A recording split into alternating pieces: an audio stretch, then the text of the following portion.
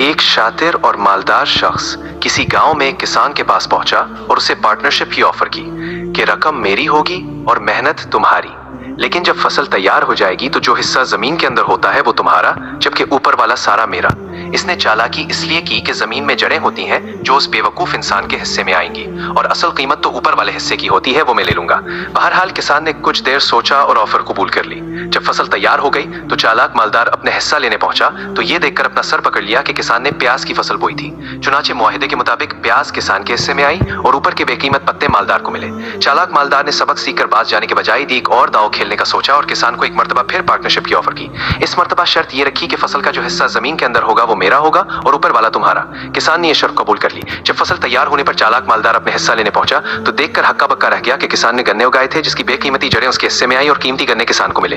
کسان کی سمجھداری کے ہاتھوں 2 مرتبہ اپنی چالاکی کا نقصان اٹھانے کے بعد بھی مالدار نے ہار نہ مانی اور سارا حساب چکانے کے لیے کسان کو اگلی فصل کے لیے رقم دیتے ہوئے کہا، میں 2 مرتبہ نقصان میں رہا ہوں، اس لیے اس مرتبہ فصل کا نچلا اور اوپر والا حصہ میرا ہوگا، درمیان میں جو کچھ ہوگا وہ تمہارا۔ اب کی بار فصل تیار ہوئی تو چالاک مالدار خوشی خوشی کھیتوں میں پہنچا۔ اس مرتبہ فائدہ صرف میرا ہوگا، لیکن کھیتوں میں پہنچ کر اس کے چہرے کا رنگ بدل گیا کیونکہ کسان نے اس مرتبہ مکئی کی چھلیاں اگائی تھیں جس کا نچلا اور سب سے اوپر والا حصہ بے قیمت ہوتا ہے، اصل قیمت درمیان میں موجود چھلی کی ہوتی ہے۔